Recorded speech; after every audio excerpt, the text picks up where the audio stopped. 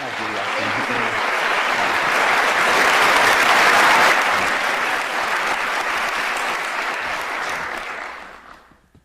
Testing, 1 million, 2 million, 3 million. Well, you can always hear that anyway. When I came down today, it's been 54 years since I drove down what was then the Highway 6, the Cornhusker Highway, to come to Lincoln to school. And even then, there was a lot of nostalgia attached with it because my father had attended the University of Nebraska in the 1920s.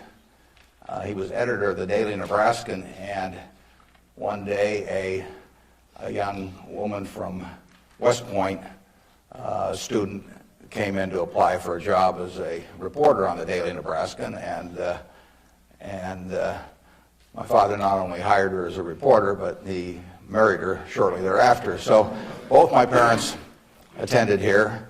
My grandfather on my mother's side was here in the 1890s, and so a lot of good things have happened to me because of the University of Nebraska. I received a terrific education here. I was telling the dean the most valuable thing I learned here, but I learned a lot, but the most valuable was accounting, and we had a wonderful professor named Ray Dean.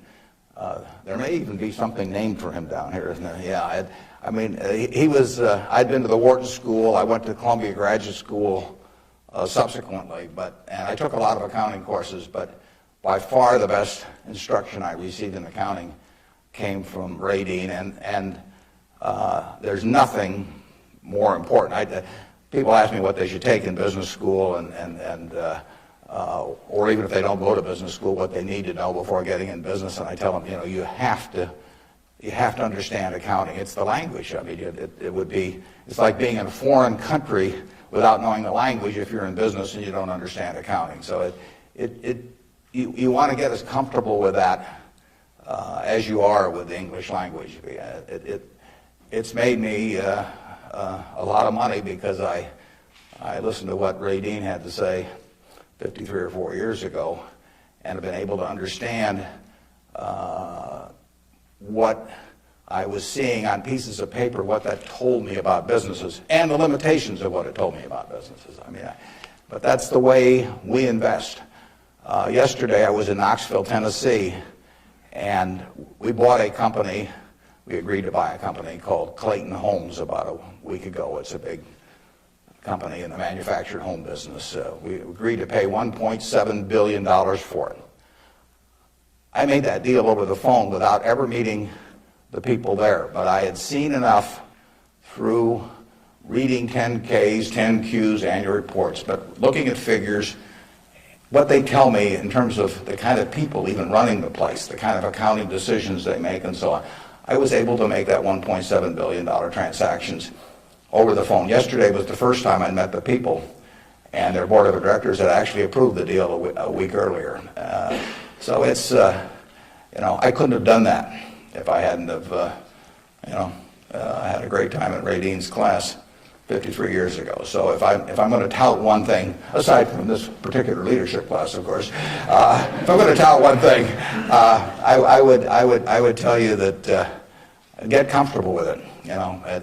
It may not happen the first week or the first month in the class, but get very comfortable with accounting. So I run into CEOs periodically who really don't understand it. They try to bluff their way through, and you can see it in their faces. They're frightened almost when somebody hands them a balance sheet or an income statement. They really don't know what it means, and they have to count on somebody else. And that's something you shouldn't count on. We make all our acquisition decisions ourselves. I mean, we don't call in consultants or anybody. We don't call in investment bankers, much to their disgust. No investment banking fees in the Clayton Homes deal, because it's my responsibility running Berkshire to understand enough about our acquisition decisions to make them based on the numbers that I see and what I see there. This course, however, is about leadership, and I'd like to talk just for a minute about that, and then I'd like to really talk about whatever's on your mind, and we'll get questions. But leadership obviously it's a very simple thing in concept. My job as the leader of Berkshire Hathaway is to have visions and goals for the company overall with a long time horizon attached to them, and then to get those goals accomplished through other people. That's what it's all about. I can't do it myself, so I have to know where I want us to get to. I have to see over the next mountain if possible, but then I have to get a lot of other people to look over that mountain with me and really do the job. I mean, they are the ones that get it accomplished. So it's getting things done through other people. Now, Berkshire is like many large corporations in certain ways, but it's really quite different in many ways. We have over 150,000 people now working for Berkshire Hathaway in dozens of companies throughout this country primarily, and even abroad a little bit.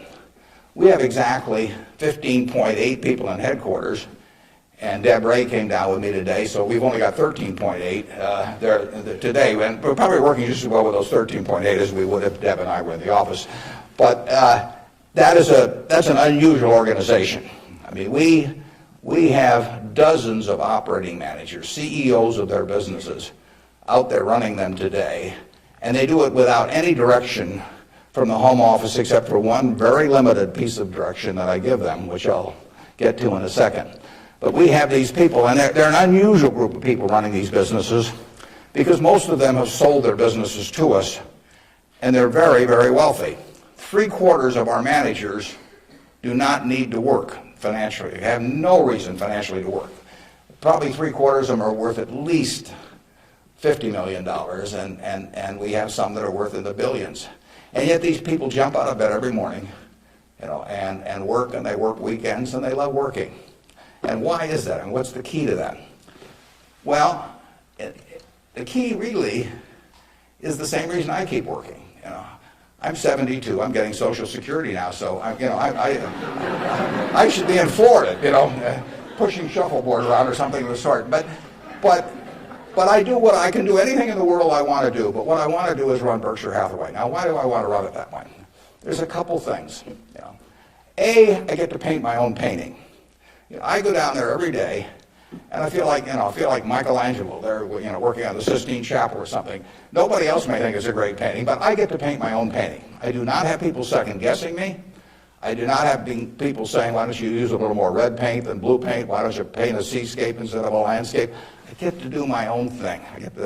It's a form of creativity. It's exactly like somebody feels it's a professional golfer or somebody feels it's a painter. They're not doing it for the money, primarily. They're doing it because they like doing something well, and that it happens to be down the route of their talents. And the second thing I like, frankly, is I like applause. I like appreciation. So I like having shareholders who feel good about what I've done. I mean, I have a 96-year-old aunt, and her husband went to the University of Nebraska too, and she is, she has all her money in Berkshire Hathaway, and she counts on me. And she's out in Palm Springs now, and her whole net worth is in Berkshire. And I've got cousins, and everybody in our family has got all their money in Berkshire. And so those people are counting on me, and that's kind of fun to have something where you can actually deliver for other people and change their lives in positive ways. As a matter of fact, we had a couple that nobody had ever heard of up until a few years ago, the Othmers in New York. They came from Omaha. Don Othmer went to Central High. Mitt Othmer, not sure which high school she went to in Omaha, probably South High. They left $750 million when they died. Nobody had ever heard of them.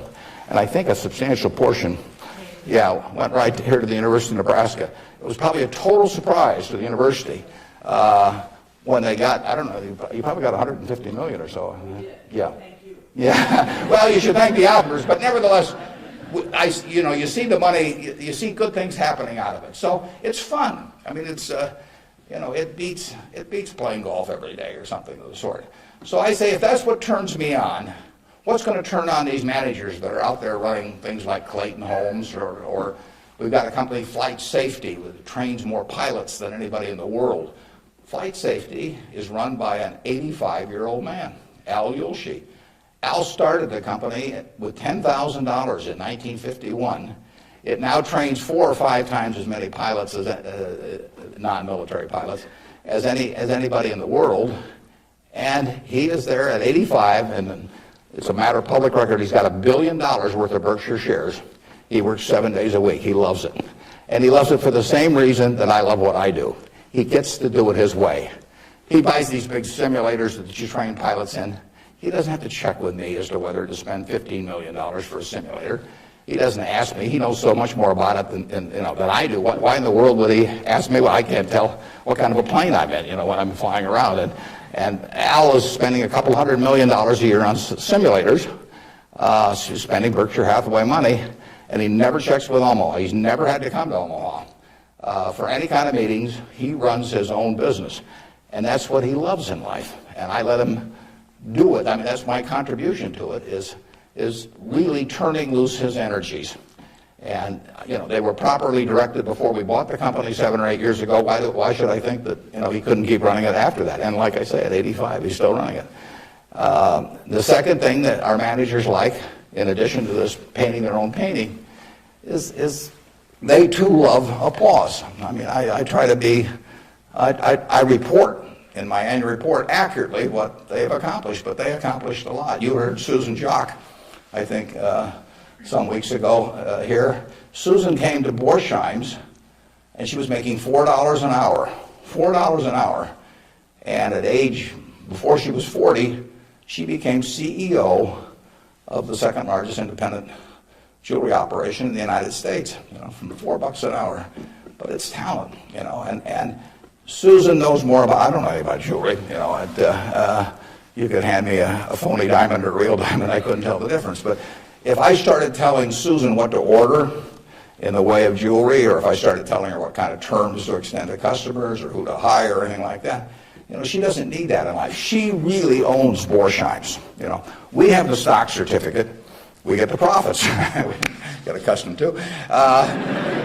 But it's her baby. It's her baby. She decides, everything about that place. And so it's her creation.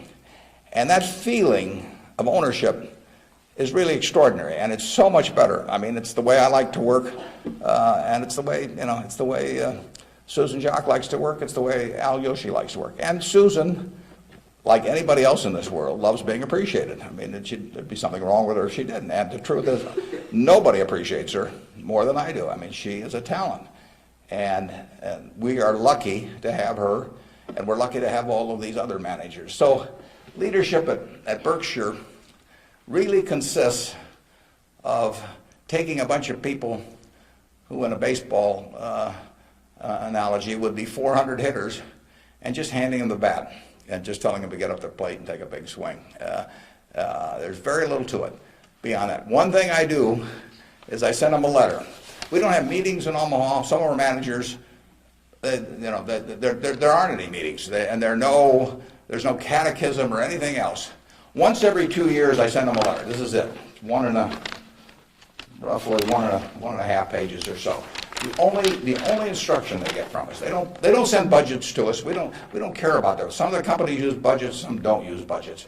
We adjust to them. Some of the managers I talk to a couple times a week because they like to talk frequently. Some of them I talk to literally once a year because they don't like to talk to me. And whatever, it's up to them. I adapt to them. The only thing I tell them, and this letter, which went out January 20th, 2003, it says it's been 2.5 years since my last memo. Now, how many big companies you have the managers out there? Been 2.5 years since they heard from the home office. It's been 2.5 years since my last memo. Here are a couple things to keep in mind. And number one, and this is number one every time. This doesn't change. It won't change 2 years from now or 4 years from now or 6 years from now. Number one, we can afford to lose money, even a lot of money. We cannot afford to lose reputation, even a shred of reputation.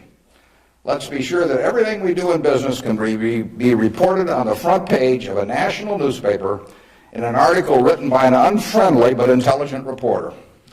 In many areas, including acquisitions, Berkshire's results have benefited from its reputation, and we don't want to do anything that in any way can tarnish it. Last year, Berkshire was ranked by Fortune as the 4th most admired company in the world. This year, we were 3rd in the United States. They just published it. It took us 37 years to get there, but we could lose it in 37 minutes. And that's the message. I mean, we can lose money. It does, nicer to make money, but we'll figure out ways to make money. But we can't lose a shred of reputation, because you don't get it back. And you can. I said 37 minutes, but you can lose it a lot faster than that. You can lose it in 5 minutes. And in fact, I was talking to Bruce coming in, and he did some work around Salomon Brothers, and I went back there 11 years ago because this firm, which had the 2nd largest balance sheet in the United States at that time. It was a preeminent firm on Wall Street. John Goodfriend, who ran it, had his picture on the front of Business Week as the king of Wall Street. And in late in April 1991, he made a fateful decision. It was reported to him that an employee down the line had flim-flammed the U.S. Treasury, had broken some rules, tried to play games with him. And John did not report that fact to the Treasury or to the Federal Reserve or to the SEC or to anybody else.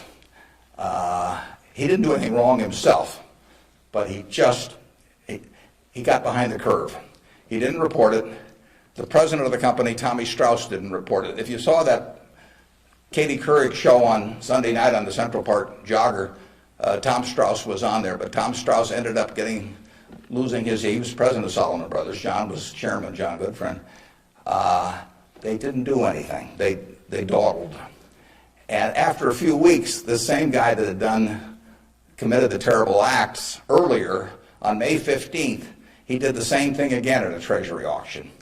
And now they were in this terrible pickle because they had known about this on about April 28th, that this guy was a bad actor, and they hadn't done anything. And now on May 15th, he does the same thing again. And now if they go, they start feeling if they go and talk about it, the people will say, well, why weren't you in here before? So they just kept trying to shove it out of their mind and do other things. And it came within inches of destroying the firm. It destroyed their careers. I mean, John Goodfriend had spent 30 years in Wall Street and had a fine reputation. The king of Wall Street was brought down by one simple act of omission. All he had to do was pick up the phone. Jerry Corrigan was head of the New York Fed. He had to pick up the phone and say, Jerry, you won't believe this, but this crazy guy in our Treasury Department, a fellow named Mosier, has just done this thing, and I'm terribly embarrassed, and what can we do to make it right? I mean, and Jerry Corrigan, being Jerry Corrigan, would have turned red in the face and gotten very mad and issued a lot of language I couldn't repeat here, but in the end he would have said, thanks for calling and telling us about it immediately, and we'll slap a fine on you or do whatever is appropriate. And the next day, the firm would have gone on fine. But John Goodfriend, actually, a perfectly okay guy, but he didn't act when it counted. And Tommy Strauss, who was number 2, the same way. And later on, they were fined and in a certain way kicked out of the securities industry. And Salomon barely survived. 8,000 employees around the world had their future in real jeopardy because of that single act. So just apply the newspaper test. That's what I tell our managers. I could have a 1,000-page book of ethics. I could have all kinds of rules and hundreds of but in the end, just all you got to do is think about, you really want what you're doing put on the front page of the paper tomorrow to be read by your parents, by your spouse, by your kids, by your neighbors, by your coworkers. And if you're embarrassed about it, just forget about it. You're all going to do well financially. The nice thing about it is, you live in America in the year 2003. You don't live in Bangladesh. You don't live in America, of 1790 when it would. You live in a society which has a GDP of over 10 trillion, and you can just pick up the crumbs and you're going to do great. You've all got the qualities. It takes 3 qualities essentially to do well, and extremely well actually in this country. It takes intelligence, it takes energy, and it takes integrity. Now, everybody in this room has the requisite intelligence. You wouldn't be here if you didn't. I mean, it doesn't take 180 IQs, although I'm sure you all have those. But it takes reasonable intelligence. You're getting a great education. You've got the energy. That's why you've shown up in school. And it takes integrity. And I say, if you don't have integrity, we don't want to hire somebody that's got intelligence and energy if they don't have integrity. We'd rather hire somebody that's dumb and lazy if they don't have integrity, because they probably will never get around to cheating us or doing something. Last thing in the world I want is somebody that's lacks in. Mosher had intelligence and energy at Solomon. He was head of the government bond trading thing, and he had lots of intelligence and he had lots of energy, and he went to jail, and he almost brought down the firm. And integrity is absolutely an option. You may not be able to throw a football 60 yards. And you may not be able to run the 100 in 9.8. You may not be able to sink 3-pointers but you can choose where you stand on the integrity scale. You can't. You weren't born wired one way or the other. That is an absolute choice you make. And the heroes I've had in life have been the people that I felt stood out in that respect. My number one hero was my dad, but I've had other heroes, Tom Murphy, Ben Graham, people like that. And the reason I admired them was not because they were the smartest people in the world, although they were plenty smart. And it wasn't because they made the most money. That meant nothing. It's really because I felt they were the classiest people that I ever met in my life. I mean, I saw them behave over year after year after year in a way that I could write their story on the front page of any newspaper, and even in an unfriendly tone, and I could not do anything that would embarrass them in the least. They behaved extraordinarily well. And having the right heroes, is terribly important. You tell me who a 10-year-old's heroes are, and I can give you a pretty good prediction about how they're going to turn out. You want to choose your heroes very carefully, because you're going to look like them at some point, and you're lucky if you've got the right ones. I'll give you an aside, and then we'll get on to your questions. But it's something, you're not parents yet, most of you. But when you're a parent, you are the natural hero of your child. You're this great big thing. There's two of you great big things, and there's a little tiny child dependent on you. You are the natural hero, and anything they get to school, subsequently, or anything else, they're going to be shaped more by what they see in this behavior of yours toward them than anything that will impact them later in their lives. And if they want you to be the hero, you can destroy that, of course, and you've seen it done many, many times. But actually, if the parents are proper heroes, the child is about 90% of the way home. And you're lucky if you've had parents like that. And you can be that to your children, or you can be something else. And you're shaping that person. It's nice to learn accounting when you get to Nebraska, but the behavior model that you take on is incredibly important. Let's talk about what's on your mind now. You can ask tough questions. It's more fun for me. And they can be about business, they can be personal, they can be political. You pick it out. And Good morning. When you were rejected from Harvard Business School, is obviously somewhat of a failure in your mind. How do you adapt to your failures in life to make them more successful? Yeah, well, that's a very good question. How do you turn failure into a plus? And it's true. When I was at the University of Nebraska, one day I was reading the Daily Nebraskan, and it said in room 300 or something, at 3 o'clock there will be this panel of three professors here at the university, and they're going to award the Nathan Gold Scholarship. I don't know whether you still have that around. And at the time, it said it would give you $500 to go to the graduate school of your choice. I don't know whether it's changed in amount, but that was it. So I read this, and I went there to this room at 3 o'clock that day, or whatever it was. And I walked in the room, and there were the professors, and I was the only student that showed up. I mean, it really got to them. I mean, they were stuck. They kept waiting and looking at their watch and hoping there would be more candidates, but no one came in. So I won $500 by default. And those are usually my biggest triumphs when nobody else shows up.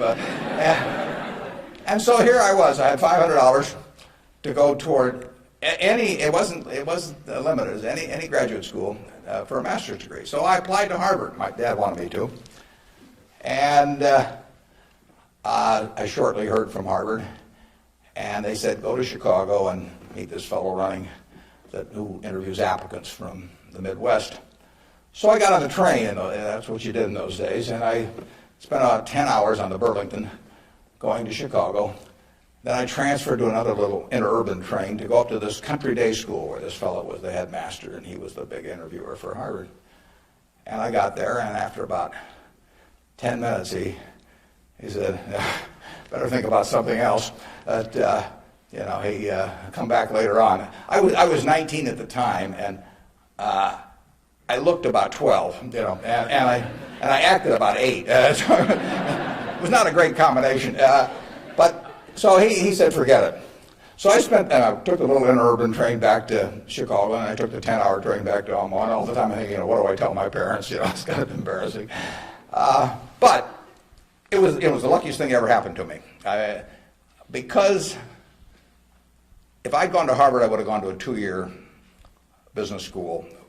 I instead applied to Columbia, where I could graduate in 1 year and get a master's degree. Luckily, that by the accident of it and being in the Nebraska National Guard, which did not get called up for the Korean War, I missed going in the Korean War. I got to meet Ben Graham, which had an enormous effect on me subsequently. And I probably got my wife that way because she was going to Northwestern. And I was able to put on sort of a full court press because I got out in 1 year. And otherwise, she'd have met some other guy. I mean, I got her before the competition showed up. And so it worked out wonderfully. It couldn't have worked out better. And that's been my life, basically. I mean, things, you will get some disappointments, but the future is what counts. It'd be fun if I knew every decision I was going to make was going to be perfect. It would not be as much fun. It'd be like playing golf and knowing you're going to hit a hole-in-one on every hole. You wouldn't play golf if every time you got on a tee, you just took a swing and the ball ended up in the hole. It'd be fun for a few days. You get on TV, but the game would not be any fun.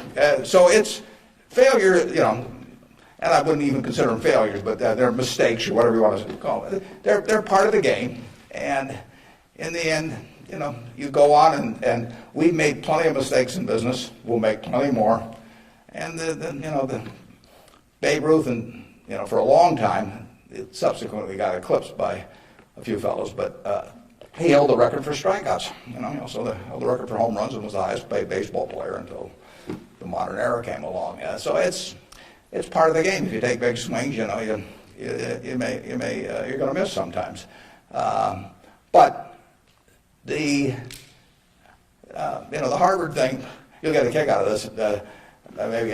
They invited me back to the 25th anniversary of this class to talk to them, and I went back. It was kind of embarrassing because this was the 25th reunion, and the class was talking about the next 25 years to these alumni that were back after 25 years. And my job was to talk about the next your financial future in the next 25 years. This was in, whenever it was, in the mid-70s. And right before me on the program, Masters and Johnson were talking about the next 25 years of their sex lives. So nobody stayed around for my talk. But that night at the alumni meeting, the fellow who was president of the class stood up and said, we're big enough to admit when we make mistakes around here, and we turn this guy down and throw him back in the water. And so now we'd like to make him an honorary member of the class. So they did it, and they voted, and everybody voted for it. And I stood up and I said, I recited the story that I told you. And I told him, I said, at the time I was kind of philosophical about this. I was young, and maybe my grades weren't that good or something. And so I took the rejection kind of well. But I said, now that I've met the people that got into class, I'm really sore.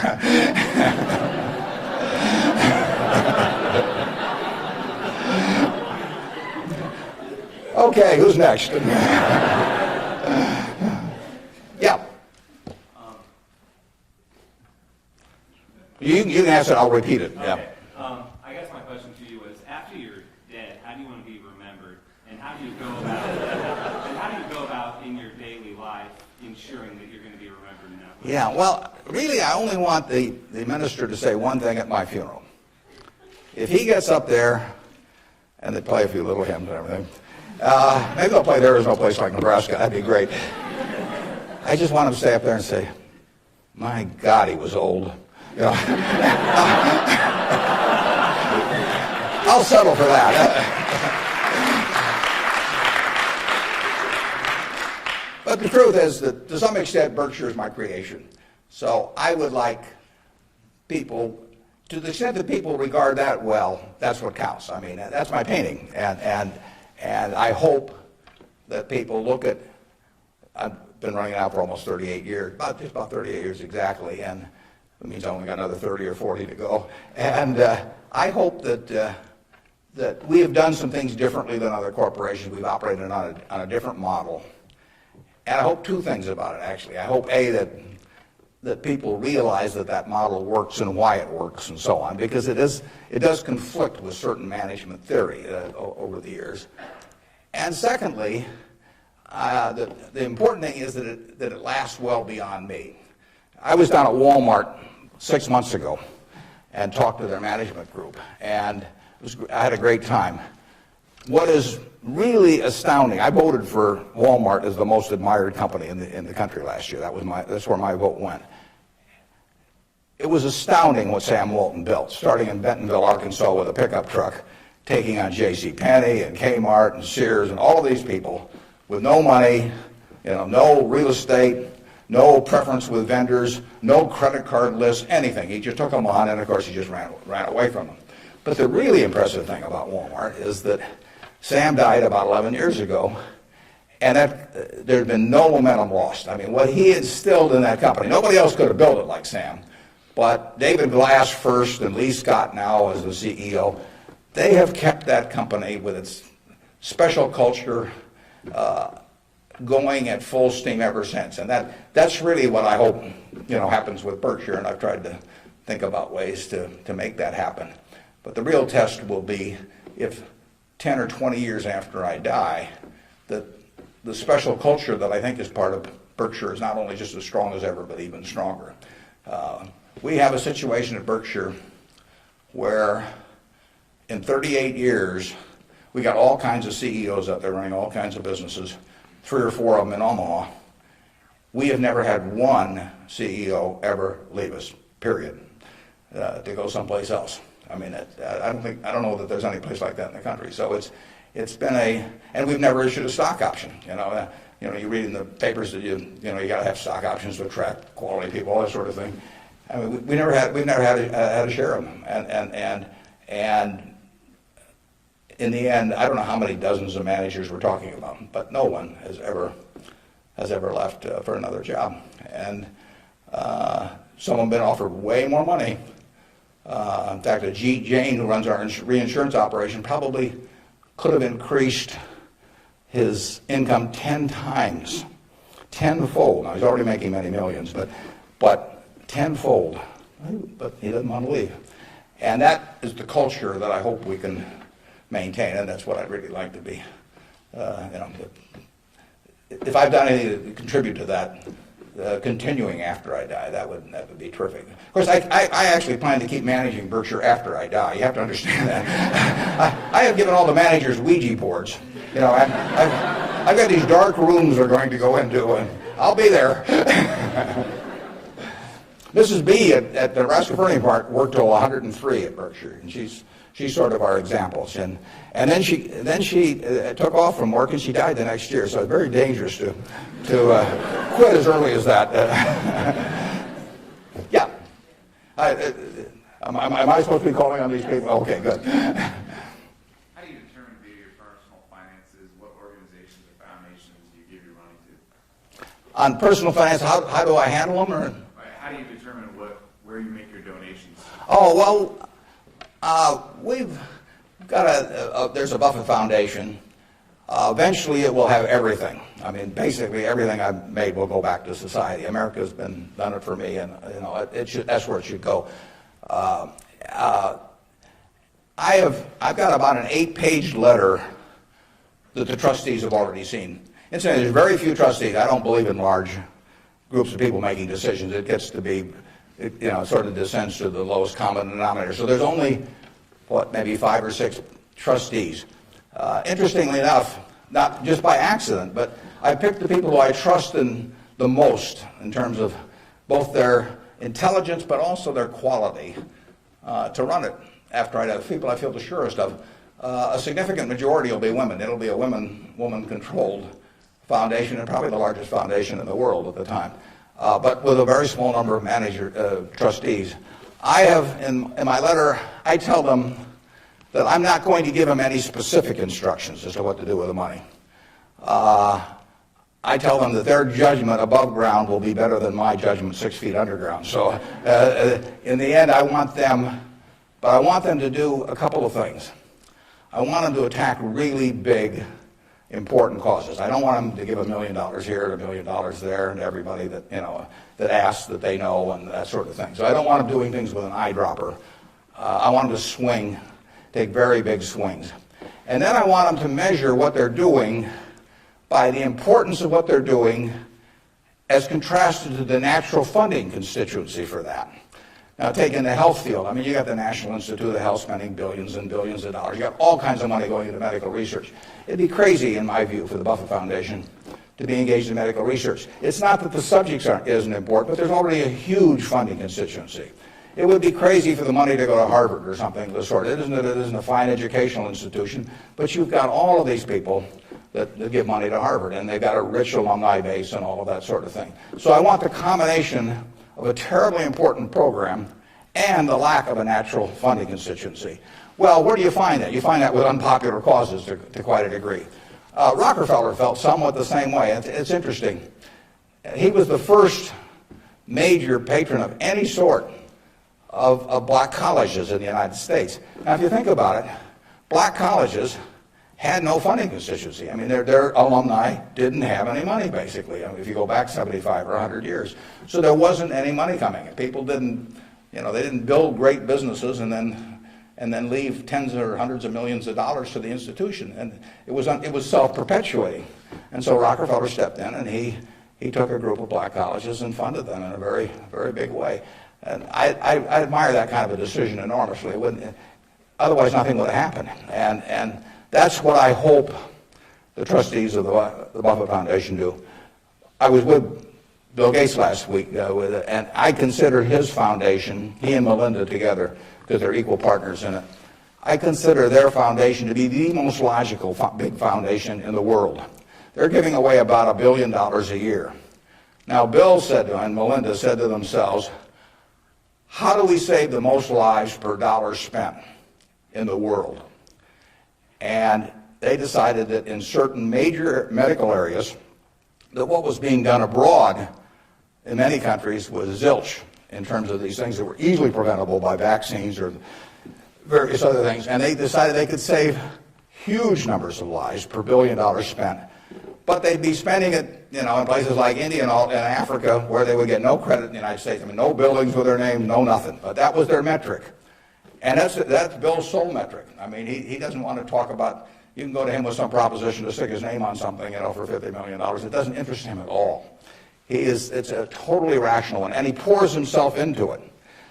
He has educated himself on medicine, and particularly medicine outside the United States, in a way that I've never seen anybody.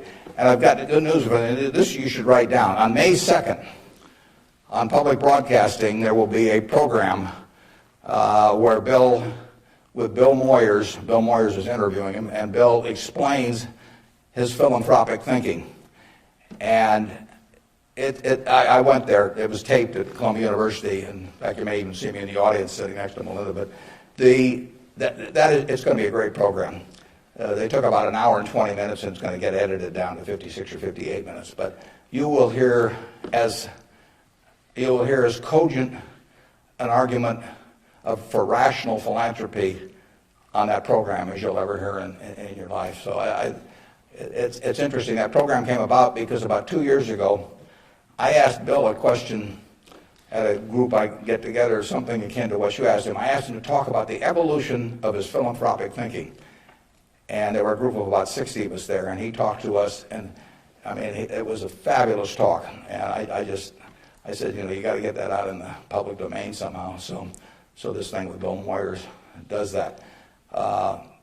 If I die tonight, all my Berkshire shares, which are 99% of my net worth plus, go to my wife. She dies first, hers go to me, and then it all goes to the Buffett Foundation. And it will then be active on a very big scale, and those are the guidelines. And who knows what those problems will be. I mean, it might well have been civil rights in the early 60s. I mean, the civil rights organizations, you know, were not being funded by anybody. And I mean, money wasn't the big problem, but it was a problem in the civil rights arena. And there was no natural funding constituency for that. It was a very important issue, but it was an unpopular issue in many respects. And it seems to me that's where the money should go, particularly if you have it on a big scale where you can really do something. Depends when I die, but you know, 10 or 15 years from now, the foundation could really, I mean, it could have a lot of money, and so they could do some things that nobody else could attempt. And it won't be what people want them to do. You know, that's the nature of it. If it was what people wanted to do, it would already be being done. The interesting thing, the contrast between business and philanthropy is interesting. In business, I swing at easy pitches. I stand there at the plate, and if I like pitches 1 inch above my navel, right in the center of the plate, I can wait and wait and wait because there's no called strikes. You know, as long as that bat's on my shoulder, nobody's calling a strike. If the pitcher throws me General Motors at 36, IBM at 82, Microsoft at 25, and I don't swing, it's not a strike. It's not a hit either, but it's not a strike. Only when I swing is it a strike. So I wait for easy pitches. I wait for things I understand are exactly in my sweet spot. Philanthropy is just the opposite. You're looking at the toughest problems the world faces, and they're intractable to some extent. I mean, these are tough problems. And they have resisted the utilization of money over the years, and that's what makes them tough problems. I mean, the problems you can solve with money are the easy ones. It's the problems you can't solve with money. So they are very tough problems. One thing I've gotten involved in just a little bit recently is something that Sam Nunn is heading, the former senator, called the Nuclear Threat Initiative. And essentially, Sam Nunn, who is as well informed as anybody in the world on the subject and articulate and everything, is working on the problem of the nuclear materials and or nuclear talent that exists around the world that might become available to terrorists or to governments to impose on the rest of the society. And there are vast amounts of uranium and lesser amounts of plutonium, and there's a lot of unemployed Russian scientists and so on. So this is something that Ted Turner actually set up a couple of years ago and got Sam to handle. And because AOL Time Warner stock, which was being used to fund it from Ted, has gone down a lot in price, they've run short of money. So that's something I'm involved in. It doesn't, it's not something that has any popular appeal. You can't send out something and get hundreds of thousands of people to respond. But that's the kind of thing that I think the foundation should be doing. Yeah. With the government possibly considering eliminating double taxation on dividends, would you ever consider declaring a dividend on your stock? And what kind of decision-making process do you go through when you're looking at those businesses? Yeah, the question is, with the government considering eliminating the double taxation on dividends, would that change our attitude at Berkshire toward paying dividends, and what sort of decision-making framework do we have about whether we pay dividends or not? Berkshire, I took it over in 1965, and we paid 10 cents a share one year. It happened in the late 60s. I can't remember it. I blocked it out of my mind. I must have been in the men's room or something, because that was the only dividend we paid. The determination is very simple on dividends. Can we retain $1 or $1 billion, or whatever the amount is, of earnings, and have that dollar become worth more than $1 in immediate present value. Now, even though it may not get used for a few years or something of the sort. In other words, is that dollar worth more than a dollar if kept in the business? Forgetting about taxes entirely. Let's assume a total tax-free society in terms of dividends. And the answer to that so far has been yes. We have kept the dollars that we've earned, and we have created more than a dollar of market value for every dollar we've retained. And as long as we can do that, it's silly to pay out a dollar, even if it's not taxed, and put it in my pocket, where it's still only worth a dollar if I can create more than a dollar's worth of value in the stock. So we have done that now for a lot of years. It doesn't mean we can do it forever, but we've done it for a lot of years, and that is the test. And you will find in the back of the Berkshire Hathaway annual report, which we'll be glad to send to any of you. It's on the internet also. But you'll find in the back of the Berkshire report something that isn't in any other report that I know of. It's something called the Economic Principles of Berkshire Hathaway. That's been in the report every year now for at least 20 years. And those principles don't change. That's why they're principles, and it's why I'm willing to lay them out. I mean, if I act in conflict with those principles, I expect the owners to call me on it. But I look at the investors in Berkshire as my partner. Now, I'm the managing partner. They can't, because I own so much stock, they can't do much about me. So they ought to know what the game is if they join us. And that doesn't mean everybody wants to join us, but they ought to know what the rules are. Just as if you and I were starting a partnership and I was going to run it, you'd want to know, how we were going to conduct business and what my thoughts were and what my time horizon was. Would we ever sell? Would I make distributions? All that kind of thing. So those principles cover this point you raised. I don't forget what's the third or fourth one or something like that. But it's explained there, and I want people to I want our owners to understand it. I mean, I look at every owner when I write my annual letter to shareholders, which takes me an ungodly amount of time. I mean, it's miserable. But nevertheless, it's important because it is the one time a year I'm talking to my partners. And when I started out, I actually mentally put Dear Doris and Bertie, because those are my sisters. And they have all their money in Berkshire. They're smart, but they're not financial types. I mean, they're not spending their time on that. And I essentially want to be talking to them as bright people who don't know a lot of financial jargon necessarily, but they're interested enough that they'll read a lot because they got all their money in it. So I don't have to worry about keeping it short or anything like that. If I'm talking about their money, I've probably got their interest. And I take that off at the very end, and then I take off Dear Doris and Bertie, I put to the shareholders of Berkshire. But I want to tell them exactly what they're in. I want it to be just as if our roles were reversed. That's always the test. If Doris and Bertie were running the place, and I was living in Carmel, California, like Bertie is, what would I want to hear from them, the managers? And one of the things I want to hear is just exactly the question that you asked. What is your attitude about distributing money from the company? Because I get to make that decision along with the board of directors, and they don't. And some managements withhold money that really belongs to their owners because they like building a kingdom. Some of them, do it out of fear or anything like that. I think I'm doing it for a rational reason, and I want to explain that reason, but I tell them how to test me on that too, because I think I should be tested. And it's a very important relationship that really has deteriorated over the years, in my view, between management and owners. I mean, you've seen in the last 10 years a slippage, in my view, of the behavior of American CEOs. I mean, obviously, all kinds of exceptions, but it's very interesting because they're not crooks or anything, most of them. There's a few, and they've gotten a lot of publicity lately. But nevertheless, they have behaved as most humans do. They've sort of picked up the behavior of those around them. That's why it pays to hang out with people better than you are. I mean, if you hang out with people better than you are, you'll become better yourself. Everybody behaves better that's around my wife. I mean, even including me, starting from a low base. But she just has that effect on people, and other people pull you down. I mean, when I was in the National Guard and we would go to camp, in about an hour I was reading comic books.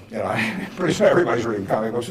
The language, every other word becomes some form of profanity. Everything. You just sink. Well, what happened to American CEOs in the 90s is that the behavior, the situational ethics, sort of caused behavioral norms to sink.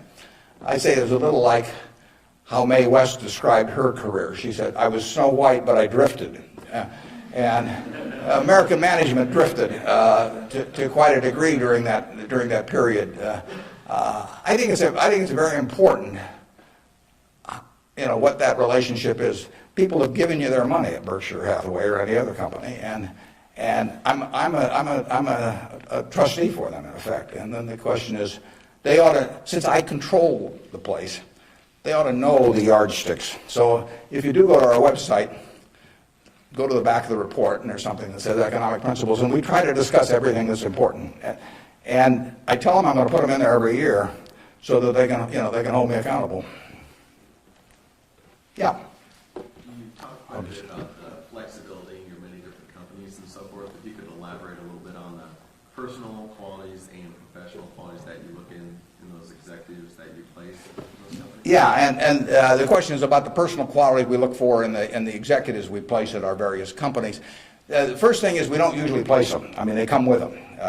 We don't have anybody to place. So I have the problem occasionally, if somebody dies, or to replace a CEO. But most of our CEOs came with the deal. Clayton Homes, which we're buying, comes with Kevin Clayton running it. We will put no one in there. He will run the place just as before. But in terms of the personal quality, when a seller comes to me with a business, whether it's Clayton or any of the others, Ike Friedman at Borsheim's, Mrs. B at Nebraska Furniture Mart, when they come to me, the first question I have to ask myself, because I'm counting on them to run the place, I have to decide, do they love the money or do they love the business? Now, there's nothing wrong with liking the money. I mean, they all like money, but they've got to love the business. They've got to have a passion for it. Because if I give them a whole bunch of money and they love the money and they don't love the business, no matter what they tell me, 6 months from now they'll be gone. I mean, they'll just all of a sudden say, "Why am I getting up at 7 in the morning just so I can send a lot of money to Omaha?" I mean, it won't work. So they have to love the business. I mean, I want people with a passion for the business. I used to say that I had a one-line employment form, one-question employment form. The question was, are you a fanatic? If you answered yes, you got the job. Because I want somebody who's fanatic about their business. I mean, you want people that love teaching if you're in a classroom. If they don't have the passion for it, it doesn't work very well. So now, if they've got the passion, and our managers do, but not everybody would. The financial operators don't. We've never bought a business from an LBO operator or a financial operator. Because they don't give a damn. I mean, all they want to do is make sure your check clears, and they're gone. And it isn't going to work if we try to buy from them. So we buy from these people who love their businesses. And then really my job is just to make sure that I don't mess it up and create conditions that cause them to quit loving it for some reason. Because they come in loving it. Only I can mess it up. And they care about being treated fairly on compensation, but they don't measure it against everybody else. They don't have a lawyer they're negotiating with me. I mean, I don't have a compensation arrangement with any of these managers that can't be put in one paragraph. And then I go to other companies where they have a lawyer come in and there's 80 pages, and it tells what's happened, how much they get paid, et cetera, and so they end up going to jail. I won't deal with somebody that thinks that way. And that's fine. There's a self-selection process in terms of who comes to us. There's this invisible filter out there that causes the Claytons of the world, the Al Yoshis of the world, the Ike Friedmans of the world, the Mrs. B's of the world to come to us. When I made the deal with Mrs. B in 1983, Mrs. B had another offer from somebody else that was somewhat higher, and she just said, "I don't care." She only owned 20% of the company. She had 4 children, they each owned 20%. She told them, "I'm selling to Mr. Buffett." She always called me Mr. Buffett up till when she was 104. In fact, when I'd walk in the store, she'd say, "Here comes my new young boyfriend," which I don't get that a lot of places, I can tell you. But she built this thing. She came over here in 1921 or 2. She landed in Seattle with a tag around her neck. She couldn't speak a word of English. Said Fort Dodge, Iowa. She couldn't communicate. She just had the tag. The American Red Cross got her out to Fort Dodge. And for 2 years, she got no place because nobody spoke Russian or Yiddish, actually. And so she moved to Omaha just to be around some other Russian Jews who she could at least talk to. She learned the English language when her oldest daughter, Frances, would go to school and come home at night and teach her the words. And she started out and she started sending $50 at a time over to Russia to bring her siblings. She had 7 siblings, and her mother and father to get them over here. After 16 years, she brought all the family over. She saved $500 in 16 years. You know, peddling used clothing, whatever. And she started in the rest of the furniture market with that $500. And it's now the largest home furnishings complex in the world. And it all came from the $500 and a very, special woman. And can you imagine building something like that and selling it, to some financial operator who's going to resell it, and try and go public with it a couple of years later? And it meant something to her. She wanted it to continue like it has continued. And those are the kind of people we want to attract. It isn't so much me selecting them, it's them selecting Berkshire. I mean, that's the key. And frankly, we've gotten to that position in this country where the people that do care about their businesses, good-sized businesses, there's no second choice besides Berkshire. We get them. They come to us. We had a woman, Doris Christopher, come to us last year. Doris Christopher, in 1980, had 2 little girls, lived in Chicago, lived in a probably $20,000 house. And she and her husband both worked. She's looking for something to do to make a little extra money. She thought about catering and decided that it would take her away from the kids too much. So she decided that what she knew best, though, was she'd been a home ec teacher. She knew cooking. And she knew the kitchen and what was useful to people. So she borrowed $3,000 on her life insurance policy. That's all she had. She went down to the merchandise mart in Chicago and said, what's the least amount of this utensil or that utensil a manufacturer would sell? Usually a dozen. And she took them home. And then she had the idea that she would hold these parties, essentially, in people's homes. And so she arranged with a woman in suburban Chicago to hold the first party. She almost turned back. She started driving there. She thought, oh, they'll laugh at me and I'll knock the stuff over and they won't buy it. What you do. She's very unsure of herself. But she went there. She sold, I think, $175 worth of goods that night. She sold me her business last year. And that business made $140 million pre-tax from this $3,000 investment. That woman had a passion for her business, and she understood her customer, and she loved her customers. She loved the people that worked with them. She got 67,000 associates. It's called the Pampered Chef. Some of you may have been to a Pampered Chef party. Almost 1 woman out of 10 in the United States bought something from us last year. And now, unfortunately, I have to acknowledge that she probably didn't understand accounting that well, but she understood her customer and she understood people, and she likes people. I met her one time, but when she wanted to sell her business, there wasn't anybody else to sell to as far as she was concerned. She came to Omaha. We made a deal in a few minutes. The compensation deal took us 15 seconds. She's running the business. I've never been there. They're in Chicago. I hope they're there. We paid a lot of money for this. I mean, someday we'll buy a business and there'll just be some guy in a closet someplace saying, what figure shall I send Warren this month? But I've never been there. I've met her and I've seen the results of what she's done, and she is in love with the company. Yeah. How do you intrinsically value the businesses that Berkshire acquires? How do I value the businesses Berkshire acquires? Well, the first thing I have to decide when somebody calls me is valuing this business within my circle of competence. I don't know how to value Microsoft. I don't know how to value Oracle. I mean, if Larry Ellison calls me or Bill Gates calls me, and they don't. But if any of those, I don't know, or biotech or anything, I wouldn't know how to value it. I just, I'd wish them well and tell them, I think it's worth twice as much as they think it is, but I'm just not in the mood to buy today. I don't know. So it has to be within my circle of competence. My circle of competence is, businesses I can understand. And when I say understand, I don't mean understand how to use a computer or not use a computer in terms of a computer company. I mean understand what the economic characteristics of the business are and what the company's really going to look like in 5 or 10 or 20 years. Bill Gates will tell you that if he were investing, he would buy Berkshire rather than Microsoft because it's so much easier to understand what our businesses are going to look like, whereas he's in a business where you're going to really have to be doing things differently over time. So I know that Wrigley's is going to be the number one chewing gum in the country. I know Snickers is going to be the number one candy bar in the country 10 years from now. It's been the number one candy bar for 40 years. You don't have to be very bright to understand that when people lay out 50 cents for something that they stick in their mouth, that they're not about to experiment. You know, I mean, it's so we try to look at businesses we can understand. Now, I got a call a year and a half ago from a fellow, I never heard of him, in Denver. His name was Craig Ponzio. Craig called me up, and never heard of him, and he said, I've got a business, this your kind of business, and I want to sell it. Here's the reasons, happen to do with health, and although I don't pay much attention to the reasons, and he said, it's the leading company by far in the custom picture frame business. And he said, let me tell you why it has what I call durable competitive advantage. That's what I call durable competitive advantage. He said, let me tell you why it has it.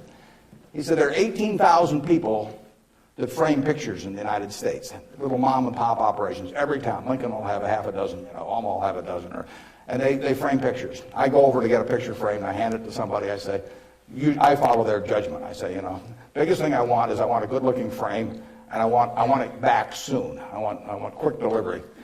Well, with 18,000 people in that business and a zillion kinds of picture frames, nobody can carry a big inventory because they don't do that much business. I mean, it's not Walmart or something of the sort.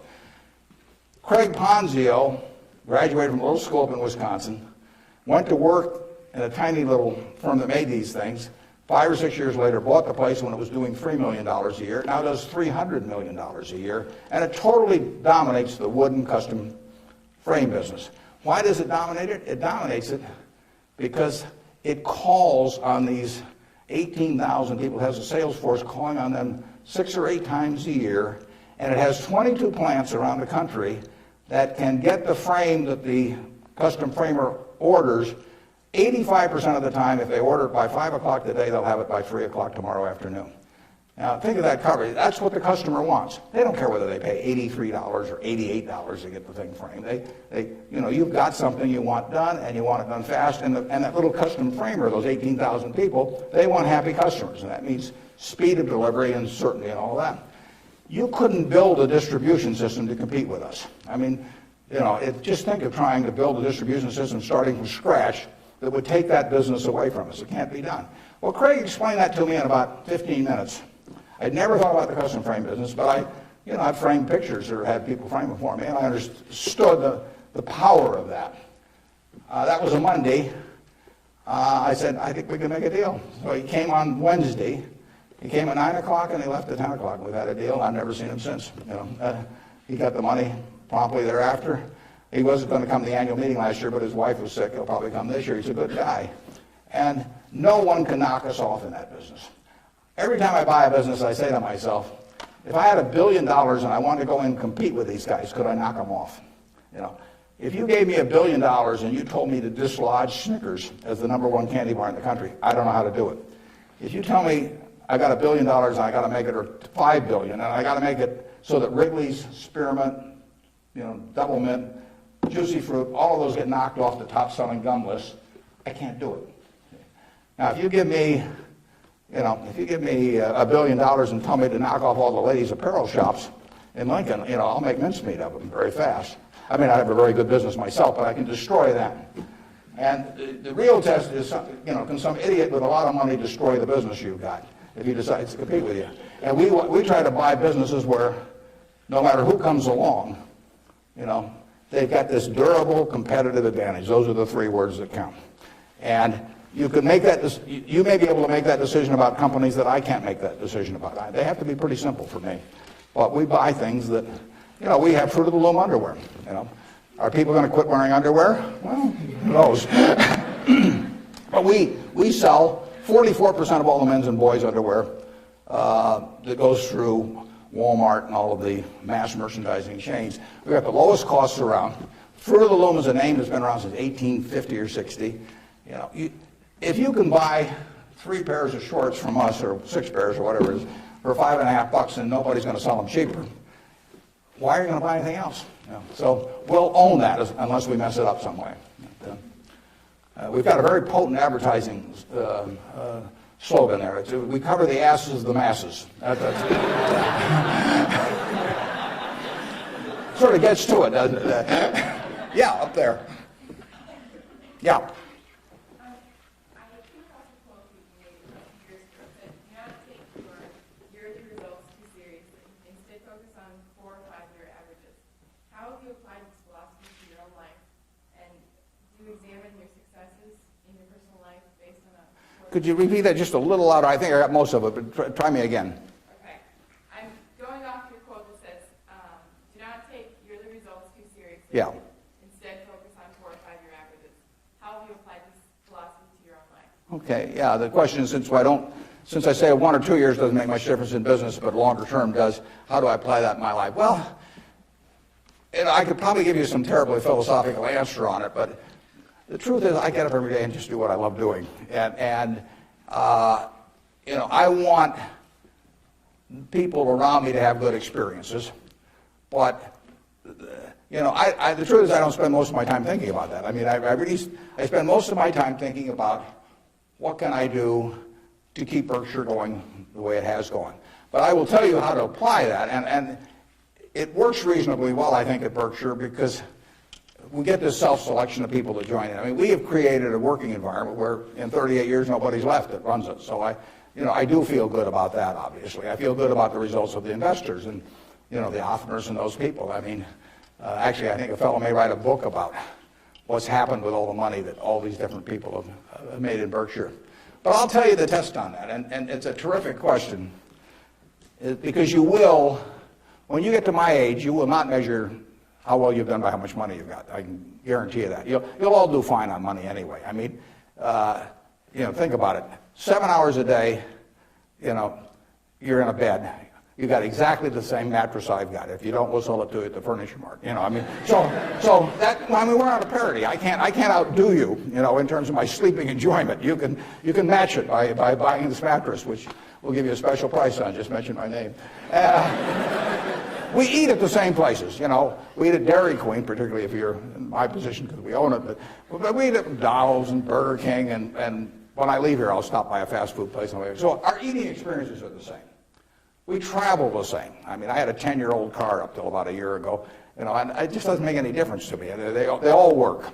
We live in a place that's warm in the winter and it's cool in the summer, and we watch the Super Bowl on big screen TV. You do it, I do it. We dress more or less the same. I mean, I pay more for my clothes, but they look cheap when I put them on. So we're really on a parity. Yeah. So the money isn't going to be that big a deal. Everybody in this country is going to, with the intelligence this group has, the energy you have, you're going to do well. So what's the difference? What really counts? Well, I would say that you will measure.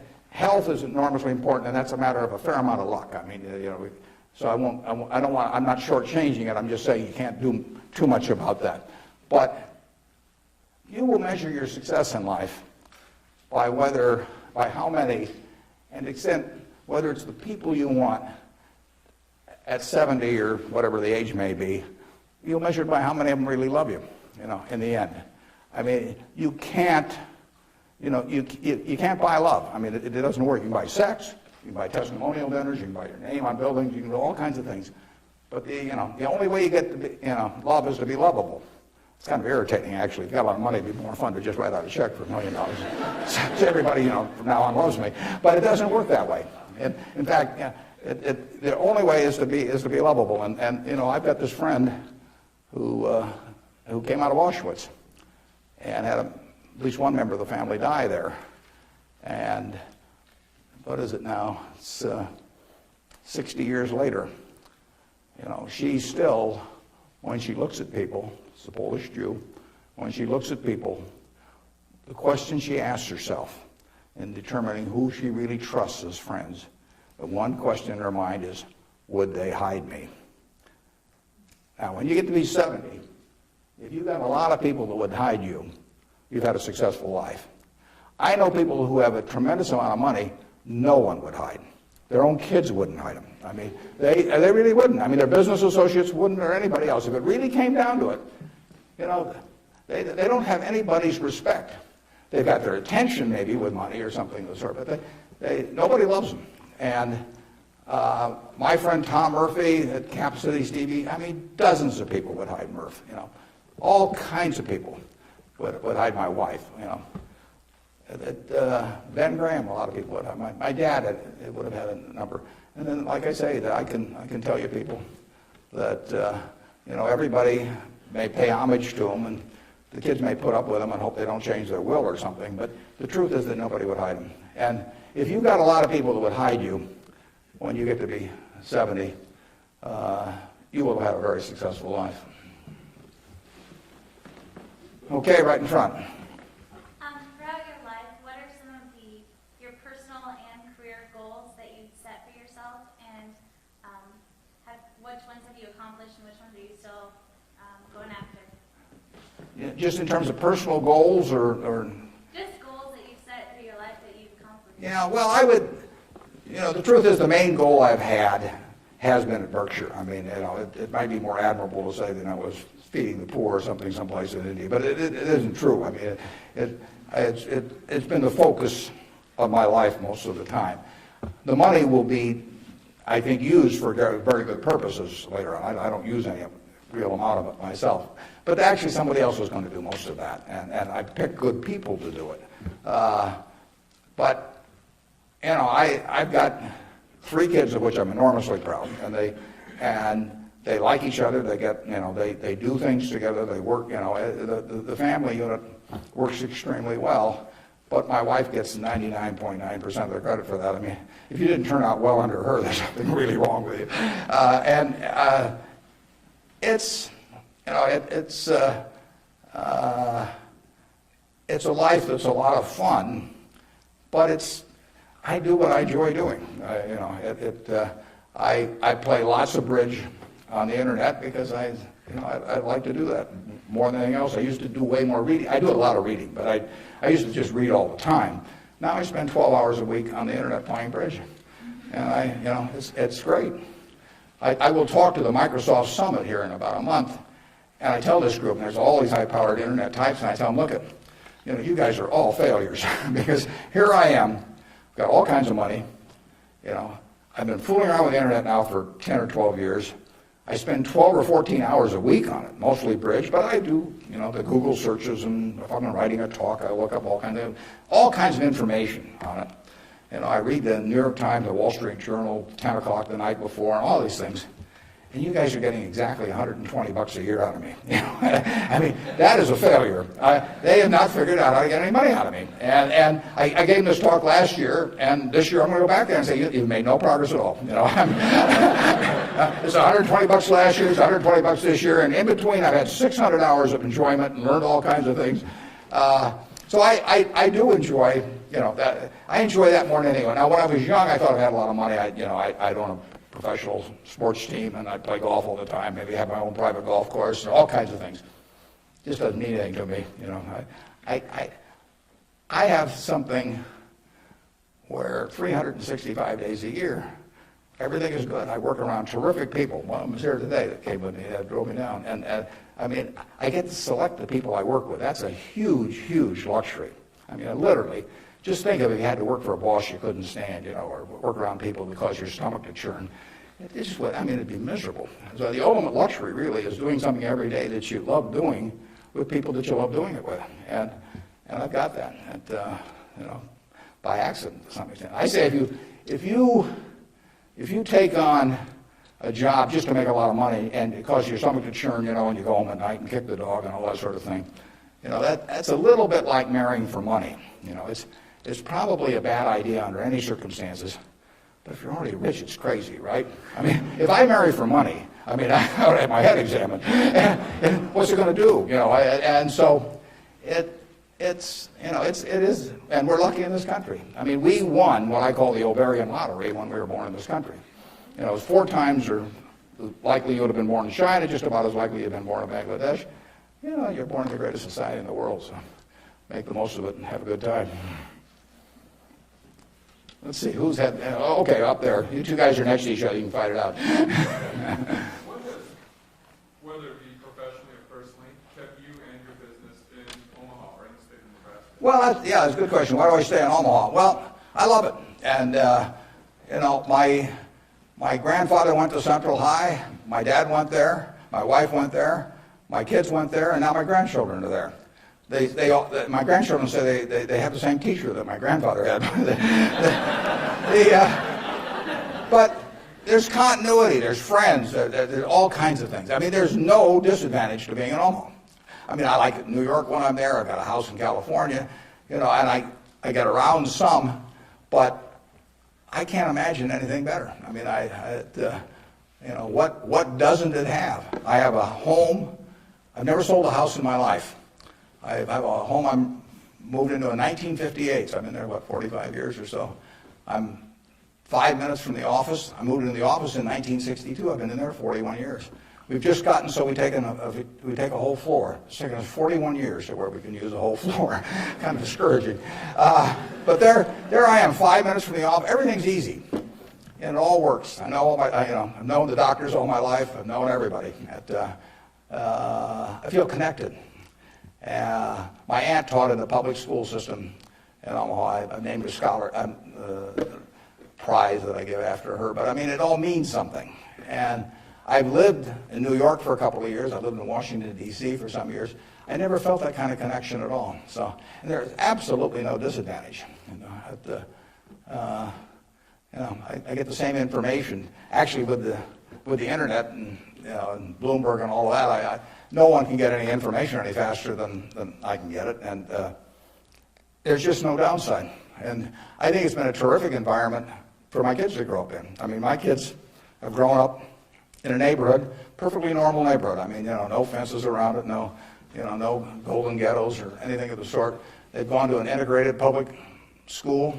School has probably had between 20 and 30% black students for 75 years. They have great teachers.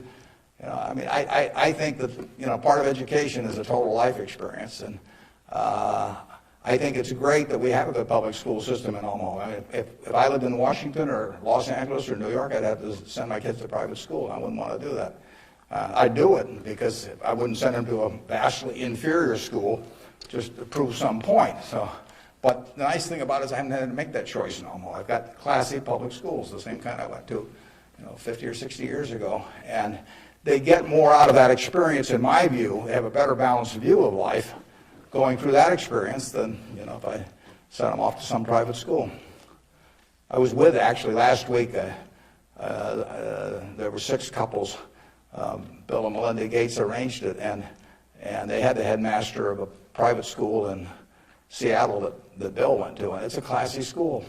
But, if I gather in terms of the public school system, that you're making a conscious decision to hurt your kid if you don't send them to a private school, if you can afford one, and that's why these people do it. And I don't blame them. I mean, I do the same thing.